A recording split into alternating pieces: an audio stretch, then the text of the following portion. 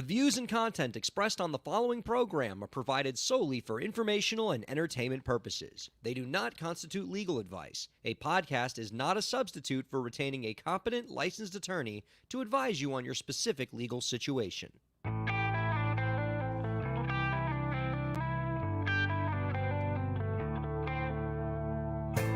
How's it going, everybody? Welcome to the show.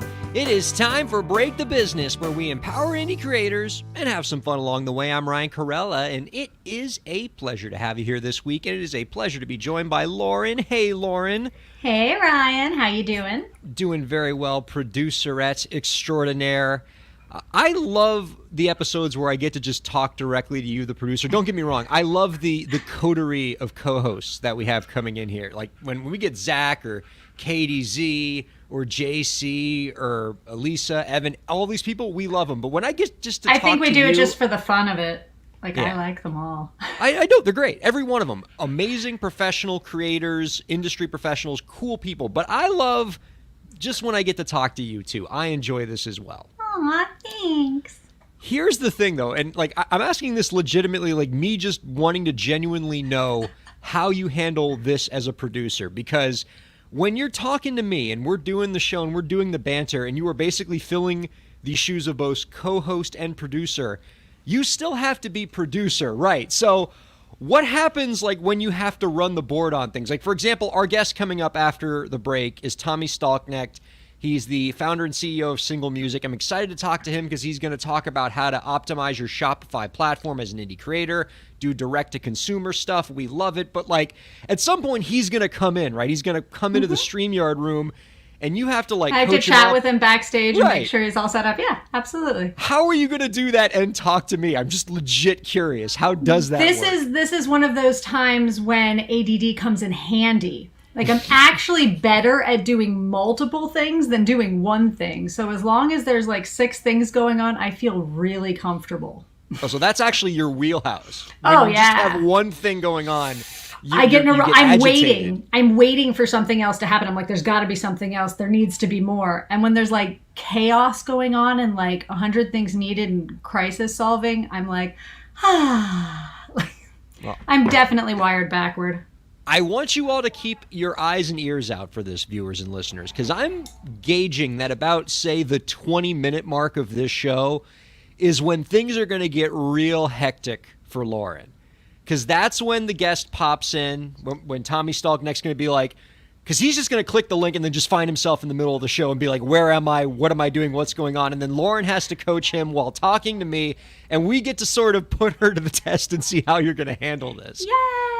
Yeah, I'm up for the challenge. Before we get into our stories this week, Lauren, I wanted to tell you a little bit about what I've been up to over the past week and what has been occupying my life. And do tell. Because this is the first week where I haven't been streaming video games on Twitch in a while, and a couple people are like, where's the baseball? Where's the baseball? I'm going to tell you where it is. I've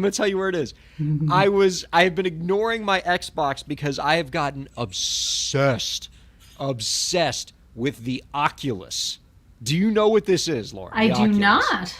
Is this some kind of mask thing? It is VR. It is. You've left our world and have gone into another world? And I'll tell you, the other world, so much better. That's always what I've been afraid of. You know, there's going to be people in rooms and virtually hanging out with everybody else and giving up on our world. I'm telling you right now, the Ready Player One dystopian future that we're all afraid of, where we're all just, like, when VR becomes popular, we're all just going to be like sloths on the couch and no one's going to interact with the real world because the virtual world's 100 times better. I'm telling you, we're here. Okay. It's happened. Except I think that the virtual world isn't necessarily couch potatoes, because you can put on that mask and be able to walk through rooms and be able to meet people and be able to do things with that on. You can live in another world, but you don't necessarily have to be a couch potato. Certainly not. Let me tell you, my muscles are sore from all the stuff I've done with this Oculus. Let me tell you, okay? So I got this thing because our friend Josh, who's been on the Break the Business podcast before, we all know him, Josh Morales. Yep. He works at Facebook Reality Labs, which are the folks that make the Oculus. And he's been on me for like a year about getting one of these. Like, dude, you have to get the Oculus. It's VR. It's amazing. It's the way of the future. And I've always been brushing him off. You know. It's when you point him out your birthday, Christmas, you know. Yeah, that too. Oh, no, I've been definitely playing that move with him. I've been shameless about, I got a birthday coming up, man. And he's like, just get it now. But like, as the prices have come down, where basically an Oculus costs as much as, most consoles cost these days, and the tech has gotten great where you don't need a separate computer to connect to. It's all one device. Oh, that's great. And here's the thing, okay? For the people who are on the fence about the purchase here, here's what did it for me. As far as I'm concerned, the purchase of the Oculus, Lauren, has been a cost-neutral decision for me. Because at some point in my life, I was always going to buy a ping pong table. It is a line item in my future budget. I was always going to buy one of these things. Okay. And I'm telling you, because of how freaking perfectly realistic the Oculus ping pong game is, I don't need to buy a ping pong table, because that ping pong app that they have is every bit the same as regular honest-to-God ping pong, except I can play ping pong with anybody in the world. That's my question. Are they real people? So you can actually play with somebody against somebody in a ping pong game anywhere in the world? Anywhere in the world. That's really cool. And it is, I can't emphasize enough, it is so realistic. The physics are absolutely perfect. And yes, in terms of like how real all the worlds are, I mean, there's a bowling game. I know you love bowling, Lauren. We grew up bowling. The bowling game, you're in like a real bowling alley. And if you had a big enough room in your house, you could actually walk all around this gigantic virtual bowling alley, like walk to the snack bar, walk to the bar, walk to the dance floor, and bowl. Yeah. And it's totally real. And there's shooting games that I've been playing where you're jumping around like John Wick or whatever. And in terms of like not being a couch potato, my arms, my legs, everything is sore because of how realistic and how much this thing gets you moving around. And the reason why I talk about this, in addition to the fact that since I've gotten one of these, I can't shut the hell up about it, and I'm annoying everybody I care about, is I'm excited for the potential of VR for indie creators. Yes. I've heard some fun stuff, Yeah. ideas that I think would be really cool. Mm-hmm. Seen a lot of virtual concerts, which have been pretty cool. We're actually, I'm sitting in what is like a virtual movie theater. We're all watching a show together. They have 3D concerts, which are cool. Mm-hmm. And there's platforms like Big Screen where, in theory, we could actually stream an episode of Break the Business from Twitch into Big Screen, and people can watch it in Oculus, like standing next to their friends, like talking to people in VR while watching our show. And musicians can do concerts in VR. Mm-hmm. They can do events in VR. There's, virtual house concerts, things like that. There's so much potential for this, and so we all need to be following it, because we're not that far away, I think, from this existing in every person's house. Like, everybody's going to have a VR device the same way they have a TV. People. Yeah, you're not isolating like a lot of people say is bad about technology, or, we're getting sucked into this thing. But with that kind of a platform, you have the ability to interact with real people, to get to know them, to hear people's opinions you weren't expecting, to, do all those things we do when we interact in person. Being able to do that virtually opens doors for a lot of people who don't have access to things, and I think that's really cool. Especially because, like, in the indie music space, a lot of the way that we are consuming artists and concerts virtually is very isolating, right? You're alone in your house. Right. Maybe you're connecting to a Discord server so you can talk to people. Maybe you're using Twitch chat, like the people who are watching this program now on Twitch. Hey, everybody. But with VR, like, it's a lot more like you feel like you're at a concert with your friends, because like you're sitting there next to them. You can turn to your left and see one of your friends. You can turn to your right and see another one of your friends in VR. You can high five them. You can hug them. It's, it replicates a lot of what people love about actual physical concerts at live venues. But now, as an indie creator, because of the worldwide reach of VR, you could have that kind of concert event from wherever you live and have a worldwide audience. There's so much potential. I encourage indie creators to follow this, see where it goes, and kudos to Facebook, Reality Labs, and PlayStation, and all the different tech companies that are exploring this space and see the potential in it. So great. Love Definitely excited to see where that goes. That's going to be fun to watch. Yeah. Well, speaking of platforms, Lauren, that have been in the news lately, and have done some things that are certainly having an effect on indie creators, and particularly their livelihoods, and particularly not losing their audience. We've been talking a lot about Twitch lately on this platform. It is a very popular platform with indie creators. We're on Twitch right now, and a lot of musicians use this platform, and a lot of musicians lately have been expressing a lot of stress about the DMCA on Twitch, the Digital Millennium Copyright Act, because a lot of musicians on Twitch are covering songs, are performing other people's material. Maybe they're streaming video games and there's music playing in the background or anything in between, and they are afraid of copyright holders sending takedown requests to Twitch and their materials getting taken down. And none of the people that are doing covers, they're not trying to violate the law. Twitch is kind of giving a lot of mixed signals about what's okay and what's not okay in terms of covers and not covers, and what's okay on streaming versus what's okay on VODs that you release later. And it's really annoying and cumbersome and complicated for indie creators, especially because they don't have backgrounds in copyright law. I have a background in copyright law, and I find this stuff confusing. And for a lot of indie creators, it's a life or death scenario, because if you find yourself on the wrong side of one of these DMCA takedowns and you get 3 strikes, you're out. They will cancel your account, which is devastating. That's the end of your livelihood, because you don't just lose your account, you lose all the followers you had. And a lot of people were saying all the subscriptions. Yeah. And people were saying that it wasn't even justified sometimes, like that there were glitches in the program. They were getting flagged for things that weren't right. And I don't know if there was any kind of appeal process or anything. So they were just losing things. There is an appeal process, but it's really cumbersome. Like, for example, one of the things that's really annoying is a lot of the DMCA appeals on Twitch up until now you had to do over email. A lot of back and forth email. So a lot of creators on Twitch are like, if Twitch is the one that's sending this stuff, why can't I manage my copyright disputes on the Twitch platform? Why isn't there a mechanism for me to go into Twitch, get a notification, and to do it on the platform instead of doing email? Especially these younger artists, they don't even use email anymore. Right, like, I have certain email accounts that I never check. So that can be really frustrating. And the other thing that artists have been complaining about on Twitch is, for a long time, the 3 strikes and you're out rule, the strikes never go away.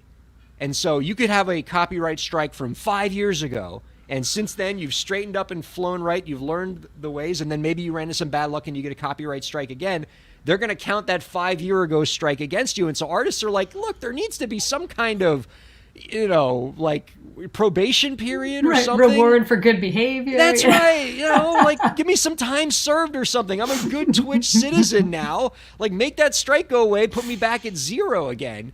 And so to some extent, Twitch has heard what these creators are saying. And on, I think this was 2 days ago, it was quite recently, Twitch sent an email to all of its Twitch users indicating that they are updating their copyright policies regarding DMCA takedowns to provide more clarity in this space for them. And among the reforms that they are talking about is, one, removing creating a procedure where you can get strikes taken off your record. What Twitch is saying here is that a strike is not permanent, and Twitch can remove your strike if they deem that an account holder is not engaged in repeat infringement. So on the one hand, that's really good because it allows for strikes to come off your ledger. On the other hand, a lot of creators are still annoyed because they're like, well, what does that mean? What does it mean that Twitch goes into my account and deems that I'm not a repeat infringer? Why can't it just be a set period of time? Like, if you don't have another strike for 6 months, then it goes away again. Something like that. Why can't Twitch do that? And that's a legitimate concern as far as I'm concerned. But one thing that Twitch did do that I'm unequivocally a fan of is now Twitch is going to create a dashboard where you can manage your copyright disputes right on the Twitch platform. If you get a copyright dispute, you can handle it in the platform. You don't have to do the email back and forth, which is really frustrating for people. And here's the other big one where a lot of artists get in trouble.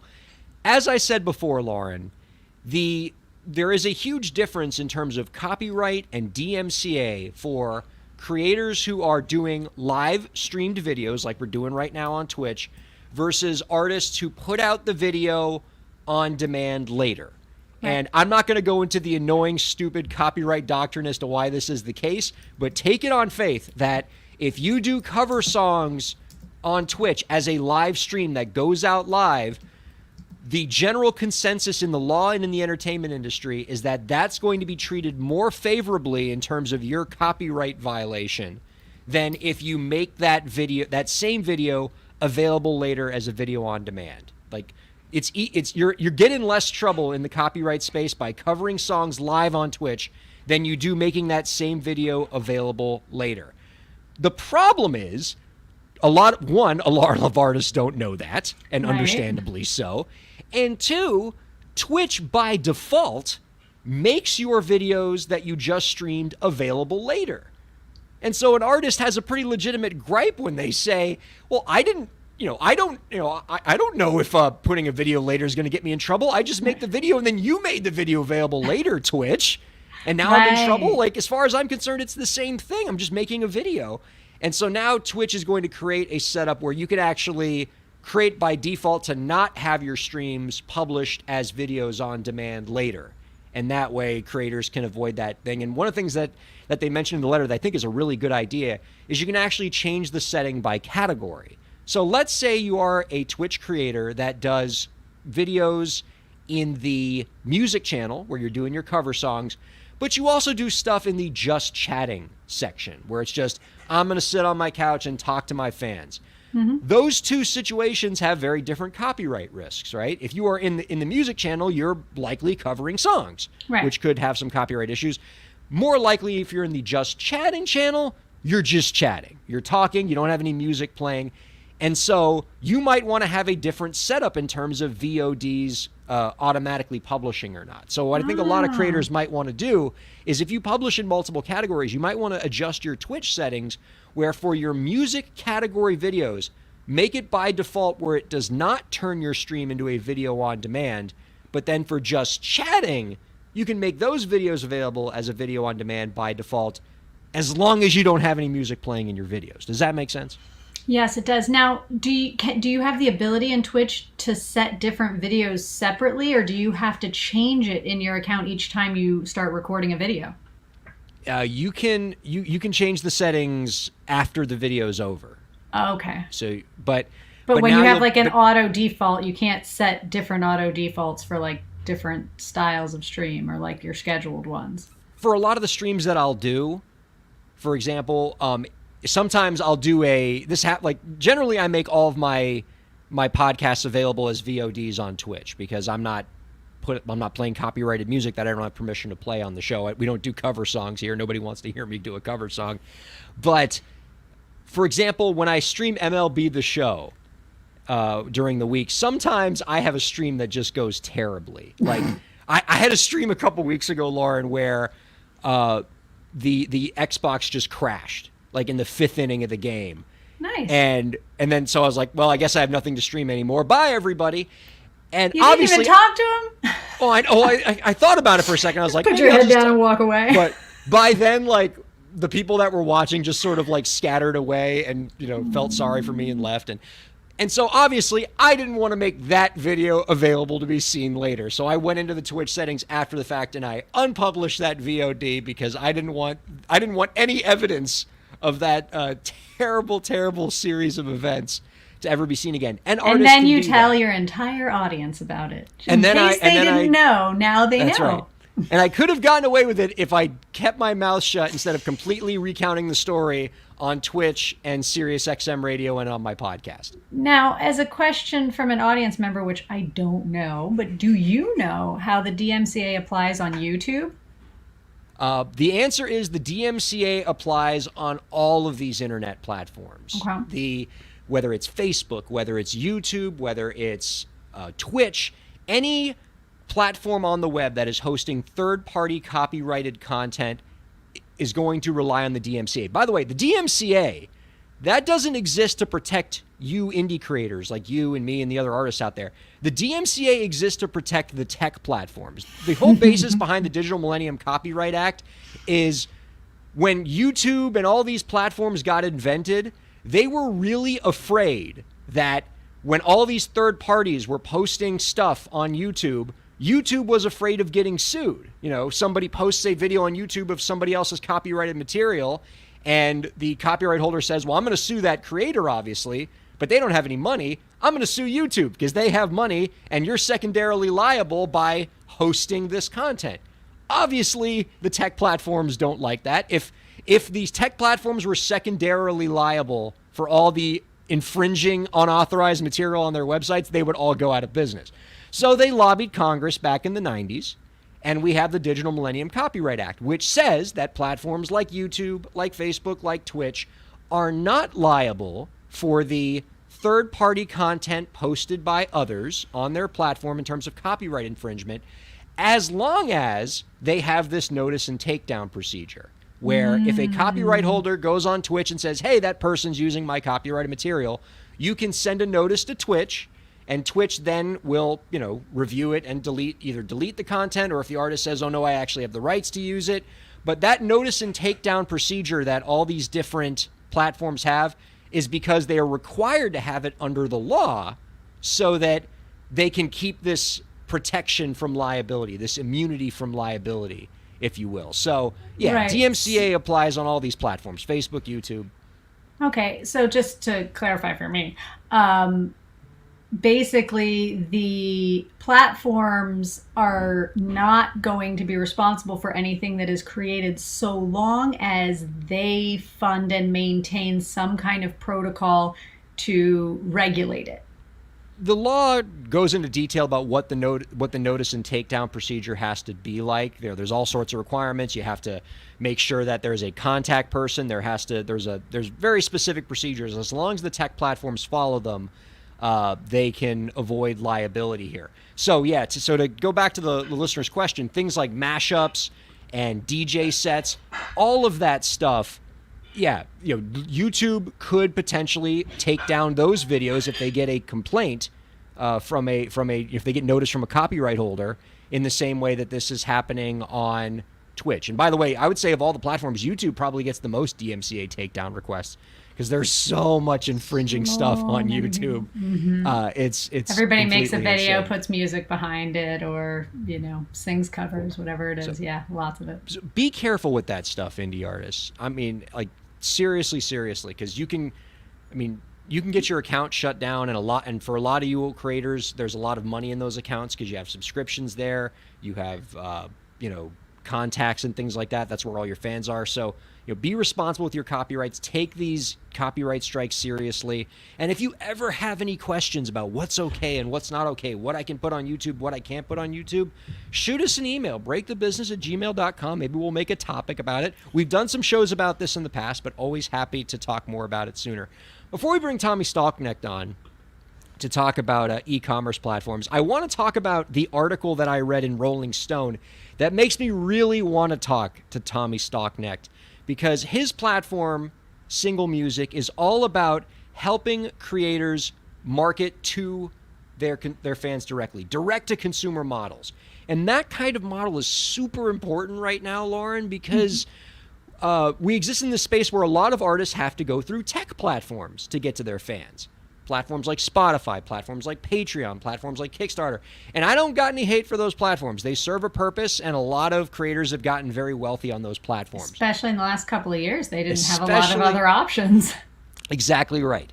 They serve a need. But for every creator that is making a great deal of money on those platforms, there are scores of creators that are making nothing. And if you as a creator are hedging all of your bets on I'm going to get big on Patreon, you're basically playing the lottery. And what I think Tommy Stalknecht's going to talk about after the commercial break is why it's important to do a little bit of direct-to-consumer work in terms of selling your music, selling your merchandise, and building your fan base. Because this article that came out in Rolling Stone, gotta love this title, quote by Tim Ingham. The article's titled, "The Rosy Creator Economy is Music's Biggest Lie." Oh, great. Yeah, he really just kind of waffled with it, kind of took he equivocated. He didn't take a hard position. Yeah, he did. Music's biggest lie, the creator economy. And while I'm not as much of a doomsayer as Tim Ingham is on this position, he makes some really good points about how there is a huge haves and have-nots in the tech world. And the only people who are really making money in these platforms are the platforms themselves. Here's a stat for you, Lauren. Do you want to guess what percentage of creators on Spotify are making at least $50,000 a year on the platform? So percentage of creators that are making like a middle-class living, not even like super rich, just a middle-class living on Spotify, the percentage of creators. 0? Is anybody making that much on the platform? Statistically, 0. Oh, wow. So, I mean, I did not expect to be right there. Because if you're rounding down, the answer is 0%. Is it like 1?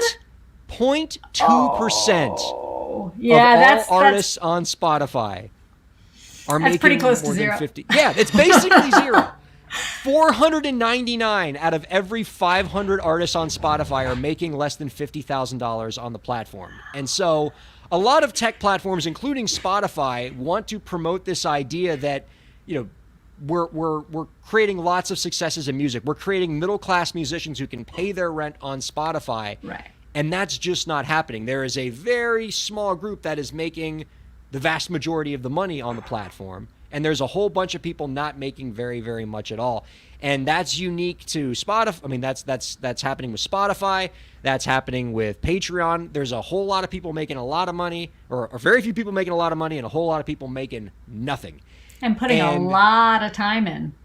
And it's scary because, the article begins by talking about how the number one in demand for career, like if you ask kids ages 6 to 17 what they want to be when they grow up, it's online video creators. They said, according to this article, 75% of kids aged 6 to 17 want to be online video creators. It's the new, I want to be an NFL quarterback, I want to be a Major League Baseball player. They all want to be YouTubers now. But YouTube is a place where, 75% of that 75%, they're all not going to make money on it. Maybe a tiny fraction of the 1% are going to actually be able to make a living on YouTube, but it's something that all the kids want to do. And so the biggest lesson, I think, in this article is direct-to-consumer is going to matter as well. I think for sustained success in the music industry, it's important for indie creators to find a way to reach their fans directly, because if you're going through a platform, you could get rich, but it's basically playing the lottery. If you could be in that 0.2%, you could be that the 2 out of, or the 1 out of 500, but it's a tough game. And you got to be a business person about it, and you got to weigh out your time versus what it's bringing in, and look for other options if you're spending all of your time on something that's not bringing you in what you want it to. Yep. All right. Here's what I want to do next here, Lauren. Okay. I see Tommy Stockneck waiting in the wings. Yeah. Very excited to talk to him after the break.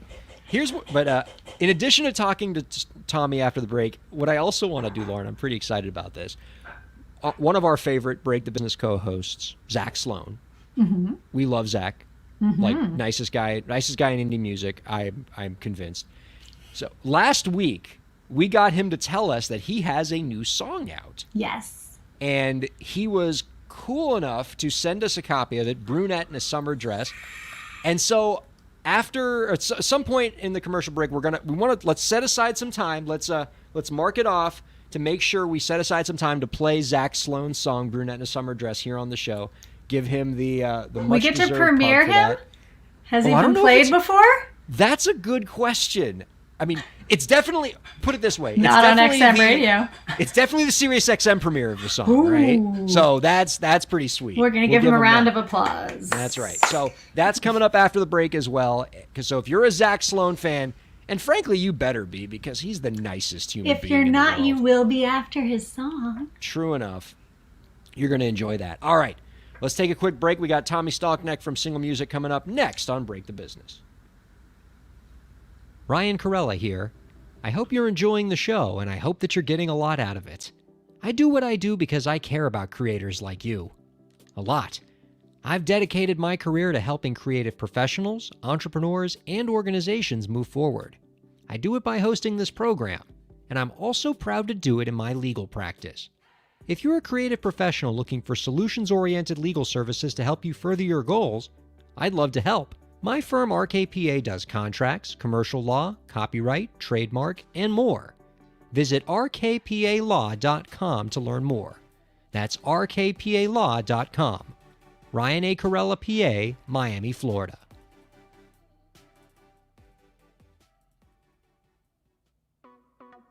Streaming services for Break the Business provided by LEK Entertainment. LEK Entertainment is a full-service entertainment company offering everything from consultations to full-scale events and productions, including audio and video productions, voiceovers, staged theatrical productions, script and music development, and streaming services. For more information, visit lekentertainment.com. LEK Entertainment wants to help you bring your story to life.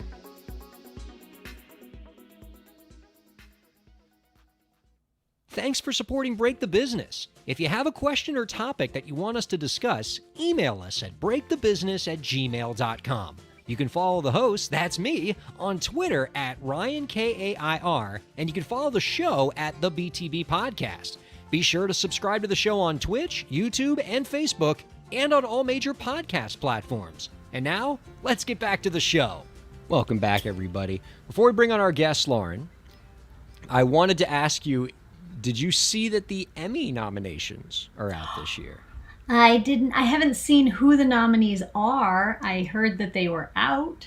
Well, I know you are a fan of The Crown, right? You've been getting into The Crown. Oh, so I love that show. I have the numbers here. They have been nominated for 25,000 Emmys. So that's pretty exciting. Well, they're all well-deserved, and I think they should win them all. How far along are you? Are you caught up to The Crown? I think so, unless there's a season out that I wasn't aware of. Well, it's possible. Has Princess Di showed up yet? I think so, yeah. Okay. Oh, yeah, definitely. Okay. I haven't seen the new Queen yet. Have we started the season where there's a new actress playing the Queen, or no? Not yet. Yeah, there's a new actress. I mean, well, what do you mean by new actress? Because we started off with the young Queen Elizabeth, and then we got the older one. And so yeah, we're on the second Queen Elizabeth. We don't have our third one yet. Okay. But they've casted her, but they haven't released any. Right, I saw a thing on that, and I was like, but okay, that season hasn't come yet. Okay, so we're good. Back to the Emmys. Yeah, but no, The Crown is amazing. They got a whole bunch of nominations? They did. And great. Here's the thing that's wild to me, okay? So you've seen Margaret Thatcher, right? On the show? Okay. Do you know who the actress is who plays Margaret Thatcher? The name is not coming in my head right now, but I did know at some point. Well, it's Gillian Anderson. Right. And I didn't know it was Gillian Anderson right away. Gillian Anderson is Agent Scully from the X-Files. And I didn't know it was Gillian Anderson because Agent Scully disappears into that role. I mean, like, I was watching her in the X-Files when I was a kid. She, like, just completely vanishes. Like, what an amazing performance. I mean, she earns the Emmy alone simply, I think she's up for Best Supporting Actress or something like that, just because, I mean, became someone else. Yeah. The range on Agent Scully to be freaking Margaret Thatcher. Poor thing. She's doing all this wonderful work, and she's always going to be Agent Scully in your head. Well, that's what makes it all the more impressive, right? Because there are some actors who play like a super iconic role, right? And then you just can't imagine them as anyone else. And so it's an even bigger hurdle to take on a role like Margaret Thatcher. It's hard to play Margaret Thatcher under regular circumstances, right? Like Meryl Streep did it because it's Meryl friggin' Streep. Yeah. And so it's a hard role to play, and it's even harder when the entire world is already trained to see you as just Agent Mulder's partner. So for her to like disappear into that role and me not even knowing it's Gillian Anderson until I looked it up is so incredible. Okay. And I really want to look into the director. I haven't done much research, but I think that across the board in that show, all of the performances are so thoroughly developed that you can tell that there's just, it's not somebody playing themselves and phoning it in. Like, these are really rich performances. Yeah, I mean, just so well acted. It's as close to a perfect piece of television as you're ever going to find. And if you are looking for a new show to watch next, Lauren, have you seen Ted Lasso yet? I have not. Okay, that's the one you need to get into. That one's up for Best Comedy Series. It's not nearly as meaty as The Crown is. It's very much a comedy, but it's so good. It's Jason Sudeikis playing an American football coach who gets hired by a British soccer team, an English Premier League team, to be their coach, even though he knows nothing about soccer. And it's freaking hilarious and incredible and heartfelt, and it's so sweet, and you're going to love it. Okay. To the task at hand, we gotta bring on our guest here. I'm excited to talk to him. He is the founder and CEO of Single Music, the first dedicated music app for the Shopify e-commerce platform. You can find out more about his work by visiting singlemusic.com. We are happy to welcome Tommy Stalknecht here on Break the Business. Hey, Tommy. How you doing? Thank you for having me. Very excited to have you. As you heard us ranting before the break, we've been talking a lot about the importance of direct-to-consumer interactions between creators and their fans and how important it is and how you have to try to distance yourself from these tech platforms, at least to some extent, if you want to build sustained success as a musician. So that's why we're grateful for the work that Single Music does to optimize creators' e-commerce platforms. We're going to talk about all that. We're going to have a conversation, Tommy. But first, I know that you're a hockey fan, and last week we had a hockey fan on last week, James Priestner from Rare Americans. We did. We had a hockey player. He was a pro hockey player, and I want to keep the hockey talk going here. So you are a Nashville Predators fan, right? Because you're based out of Nashville. Go Preds. Well, actually, I'm a Washington Capitals fan and a Preds fan, but more on the Washington side. Oh, okay. So it's the sort of thing like, did you like grow up in the D.C. area and then made your way down, or did you just like, okay. or have you just been standing for Ovechkin because you know? No, I was born and raised in the D.C. area, like Alexandria, Virginia. So I was there for the early years and couldn't let it go.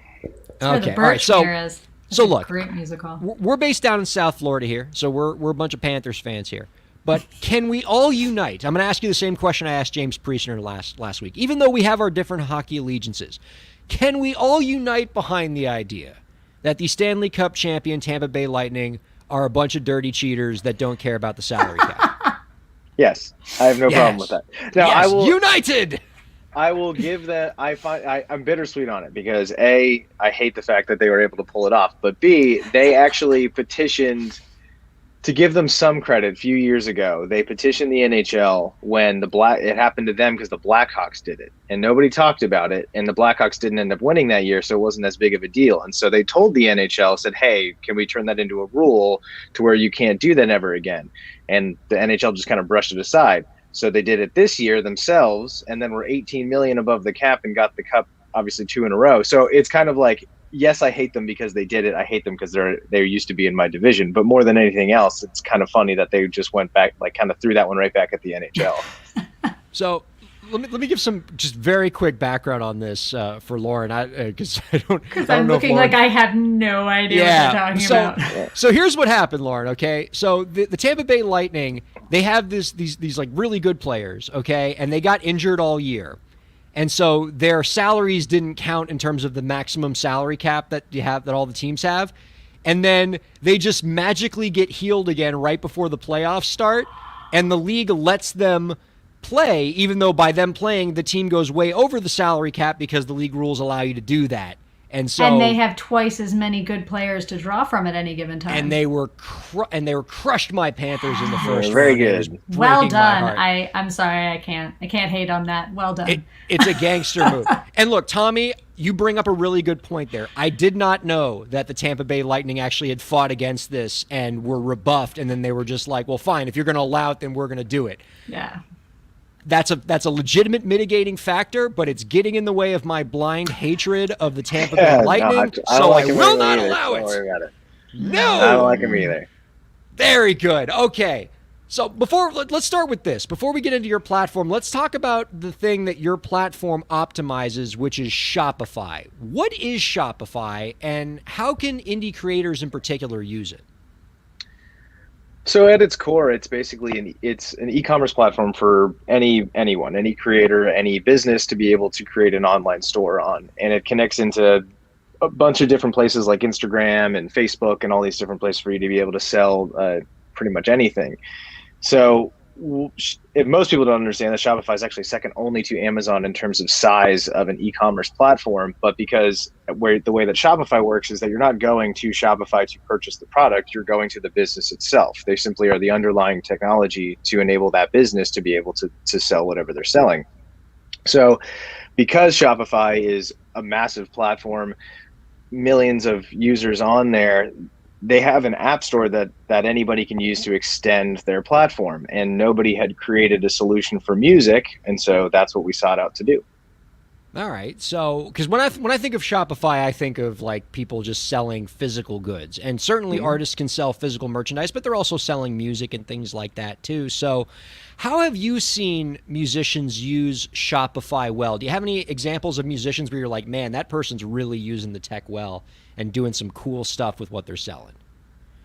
Yeah, it's interesting because Shopify is such a behind the scenes technology for these things that they don't get as much credit as I think that they're due for what they provide in terms of technology. So the vast majority of major artists that you could name, I can list tons and tons of them, are using Shopify behind the scenes. And that's everything from doing things like upselling their records when somebody buys a t-shirt. So they buy a t-shirt and says, hey, do you also want a copy of the digital record? Running things like discount campaigns and automatic discounts and abandoned cart notifications. And all of these things are either available built directly into Shopify itself or just available as apps in their app store. In addition to that, you can also just use that as kind of the centralized place for your commerce, to where you can have obviously physical goods, but through things like Single, you can have digital albums that report to the charts. You can have it connected into places like Instagram and TikTok and Facebook. And they basically did a ton of extensions of having an inventory centralized place. It's called headless commerce is really what the idea is that you have an inventory in one place and you have all these different places that you can sell from. And that's where their biggest strength is. This enables artists to be able to take their content and sell it in as many places as possible while owning the vast majority of those of the sales.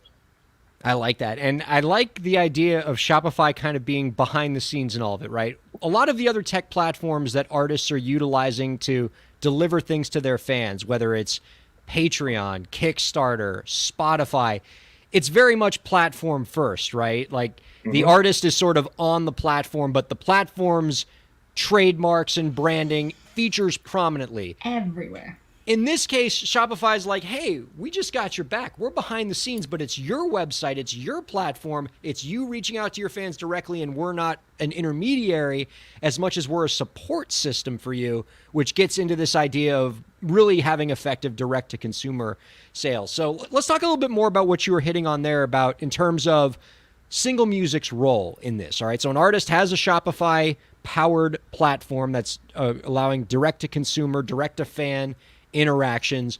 Talk a little bit more about what Single Music does to kind of optimize and supercharge a artist's Shopify supported marketplace.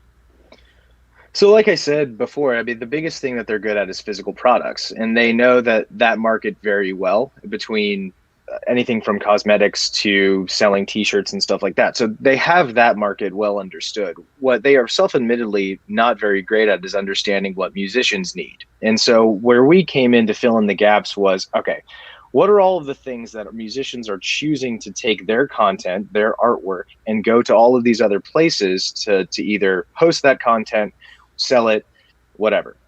So we've gone kind of down the line between, okay, starting with music, and that was what we initially launched with, was how do we make it to where artists can sell music directly to their fans through their own storefront, to where the fans are getting lossless audio, but it's also counting on the charts. And so that puts you at the same level as in iTunes. And so that way, if you go and buy from iTunes, when somebody purchases it, they're reporting those sales to Billboard. Well, we brought that concept directly into the artist's own storefront, but also baked in a lot of the automations around, okay, scheduling a release date, or when an individual single should be released, or when an Instagram should go out, and having previews and album-only tracks and explicit tracks and all those kinds of things that artists are used to having in a major DSP. But again, it's the DSP that is typically the brand in front of that. What we are trying to do is, and it's taking a big cut for all that stuff. Exactly. And so what we're trying to do is invert that. Well, it's two things. It's taking a big cut, but your fans are not your customer when they buy your music from Apple. Apple, like, they are Apple's customer. You are simply providing Apple with the content that they are able to sell. Because if you try to go to Apple and say, who was it in Tulsa that bought my album, they're not going to tell you. They don't know. Whereas when you sell it directly, you know exactly who bought it from you. You have to ship them the t-shirt if you need to. And so you know everything about that person. And over time, it becomes a much more valuable data set. So not only between the actual like having the product in there and being able to sell it directly and keep more of it, we wanted to solve the problem of, okay, why are they sending people in these places? And so that's kind of the problems that we try to solve between music, video, and ultimately now in the data space. I love that last component that you spoke about in terms of being able to pinpoint that person from Tulsa who bought my album, because now I can actually create a relationship with that person and build them into one of my 1,000 true fans that you always hear spoke about. Those people that are super fans that really invest in your career, and using a platform like yours through a Shopify-powered marketplace can help you reach those fans. So do you have any just general advice for the creators out there about how they can turn a fan into a super fan? How do you get that person, once you identify who they are, or at least that they're in Tulsa, how do you begin that process of making them part of your tribe? So I think what you're going to see more and more as time goes on, I'm going to kind of full circle it with even the privacy side of things. Privacy is obviously good, but what's happening now is with Apple and even Google themselves locking down a lot of these platforms for things like advertising and social and not owning your audience and things like that. You can get locked out of who your fans are at any given moment. And if you don't know who they are specifically, you can't reward them for being your fan. And so you know that on the direct-to-consumer side of things, that if this person in Tulsa buys from me, then they are already a leg above somebody that has never purchased from me before or purchases from somebody else. And so you can go to them, and we have a specific system to where you can say, okay, who in Tulsa, but you can go down to that place and say, who has spent the most money in this state, in this city? And at that point, you can say, this person in this state, like, who's my top fan in Oklahoma? And you go there, this person has spent X amount of dollars. Hey, thank you. Just email that person as the band and just say thank you for supporting me. And it's as simple as that, where you can just say something is like, compliments go a long way, right? Everybody always says that. And so you can just reaching out and being a human to somebody and saying, thank you for supporting me. Next time I'm in town, I would love to meet you. That person, you've made their day. And then you have turned that person into a super fan. And then ultimately over time, when you're beginning as an independent artist, it's a snowball effect. So you're going to have one artist, that one fan that's supporting you that much, then two in Tulsa. And then those fans are going to ultimately become your biggest advocates, basically brand ambassadors. And music has a very big advantage amongst like an actual brand, where I'm not saying, hey, go to Target because they're the best or whatever. It's, yeah, this music, you have to check it out. This is awesome.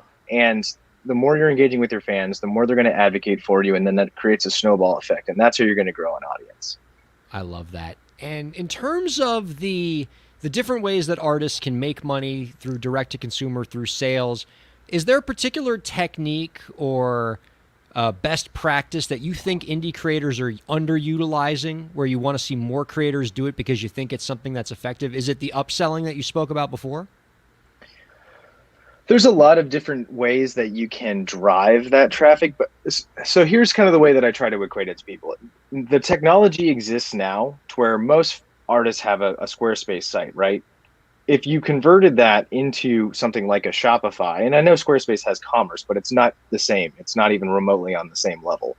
But let's just say you put that over onto a Shopify site, and now you have a website that has your tour, that has all of that on there, but you can also begin to sell merchandise today without any money up front. You can also begin to sell your music today without any money up front to be able to do those things. And that technology exists now, and most artists don't realize that. The biggest thing that you're going to be able to see is like let's just use for instance of, I have to wait to buy merchandise because I don't have the money. The quality isn't going to be as great. We can put that out right now. I have a lot of friends in the merch space, and that would give me a ton of crap for saying that. But you can do direct-to-garment printing through a myriad of different apps, all of different quality, and your margins are going to be razor thin. But all you have to do is slap a good design on a t-shirt and start testing what is going to sell.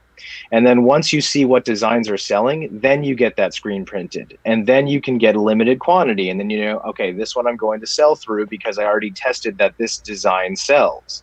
And so the idea of in fans' minds that I need to wait to start selling merch, I need to wait to start collecting data, I need to wait to find out what my fans like, that's the mentality that we're trying to tell indies that they need to get away from. Because every business, when it comes to merchandising, they buy stuff. There's people that are called merchandisers. They go and buy things and guess what is going to be the next seasonal thing that people are going to purchase. And then when it doesn't sell, they reiterate for the next season. And that's what's created effectively fast fashion. And I'm not telling anybody to do that because that'll ultimately be your full-time job. But at the very least, you can test a couple of things. You've got two ideas. You don't know which one you want to sell. You don't have to wait. Just put them both up, find out which one sells, and then that's the one that you go to a merchandiser and get them screen printed and get better quality of. And you can just graduate your way into higher quality items and more merchandise and more fans. Even outside of the merchandise space, Tommy's insight there, Lauren, is just generally good career advice. I think a lot of artists fall into like a paralysis by analysis trap where before they do anything, before they create something, before they launch something, before they execute an idea, they want to analyze it to death. They want to think of every possible contingency, and then the thing never gets done. And so what Tommy, I think, kind of is talking about as well is just in general with your career, sometimes the best way to start is just to start. And you're not really going to know what the right thing to do is until you start putting things out there and you get some feedback and you tweak and you adjust. And only then can you figure out if you're going to make the right decision. So don't feel like you have to plan 100% of every single excruciating detail before something gets out there. Test things out, get some feedback from the market. And don't let the perfect be the enemy of the good. Yes. Yeah, and look, it's what to get away from people that would say, okay, the quality might not be as good on those directed garment stuff. It is increasing, it's getting better over time. It's not terrible, but the way that you to kind of rework it in your mind is if you're able to start, the first person that buys the first t-shirt from you is a big fan of yours. And the first couple is going to be your family and your friends, but the first person that you don't know that buys one from you is going to be a big fan of yours. And the reason why they're your fan is because of your music. Now, if you continue to do that, you grow over time, that person is not going to get upset because they got the print-on-demand version versus something like a screen-printed version that has a little bit deeper color or whatever in the future. Yeah. If anything, when you become successful, then they're going to say, I can prove that I have one of the first 10 t-shirts that he ever sold. And then that thing is going to be their biggest memento, like, to your career ever. Hell, it could be worth something someday.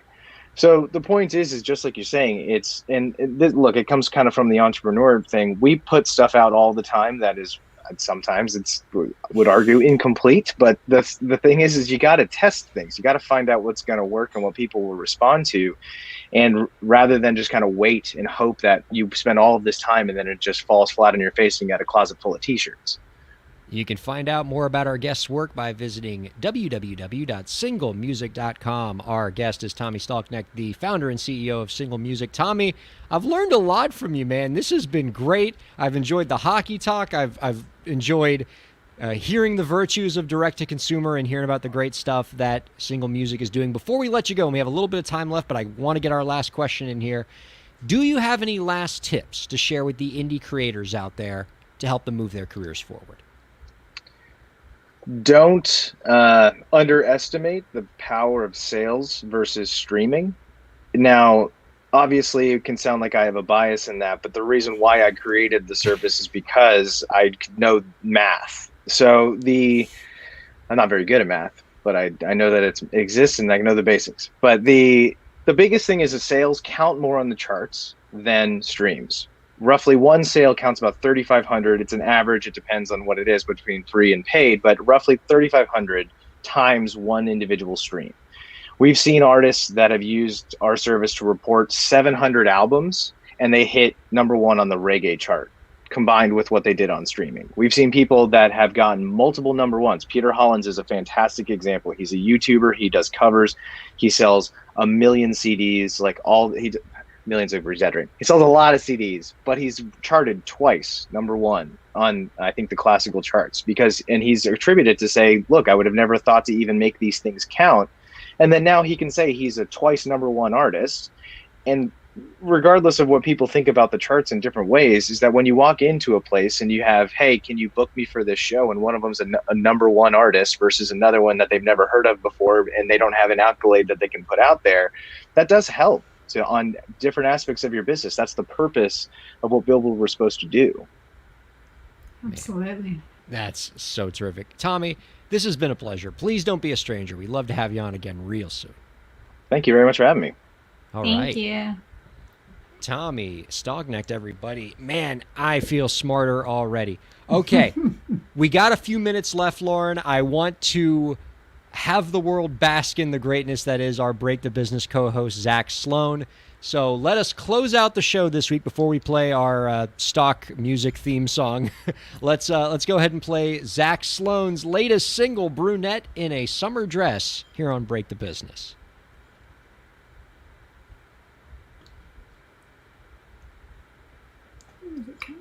We hope. I don't think it's added. There it is.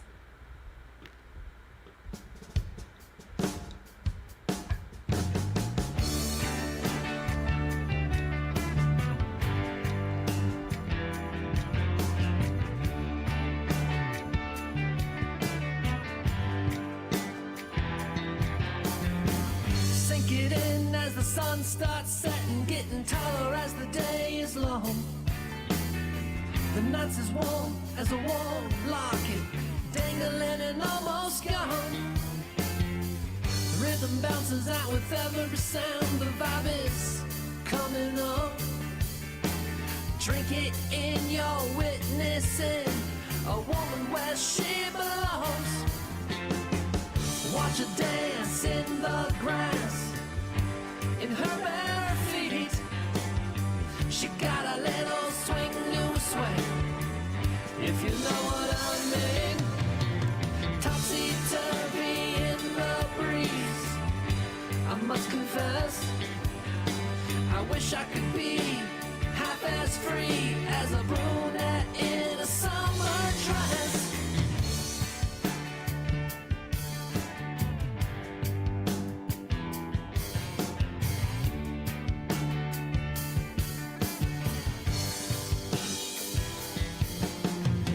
Side-eyed, cracking a smile, she gives an inch when you're begging for a mile. Tongue-tied from watching the moon rise, baby, I like your style. Her vibe is perfectly described as springtime in the summer isles. She gets life from the twilight, the show is heating up, don't touch that dial. Watch her dance in the grass, in her bare feet. She got a little swing to sway, if you know what I mean. Topsy-turvy in the breeze, I must confess, I wish I could be half as free as a brunette in a summer dress.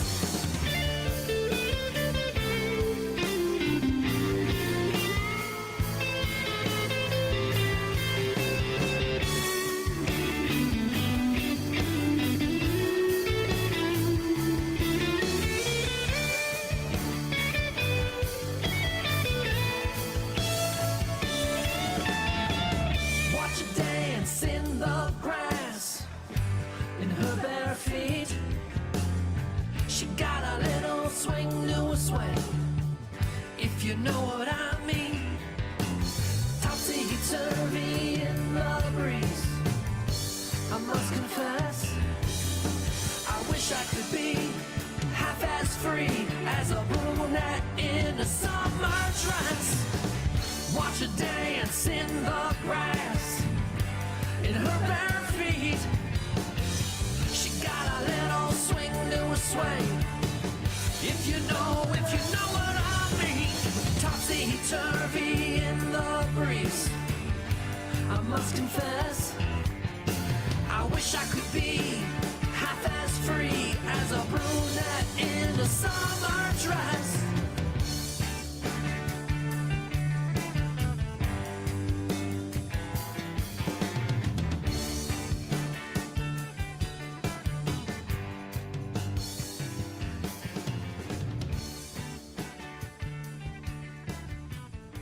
All right, that was Brunette in a Summer Dress by our co-host Zach Sloan here on Break the Business. Love that guy. Check him out at ZachSloan.com. Our thanks to you, Lauren and LEK Entertainment, for making this all possible.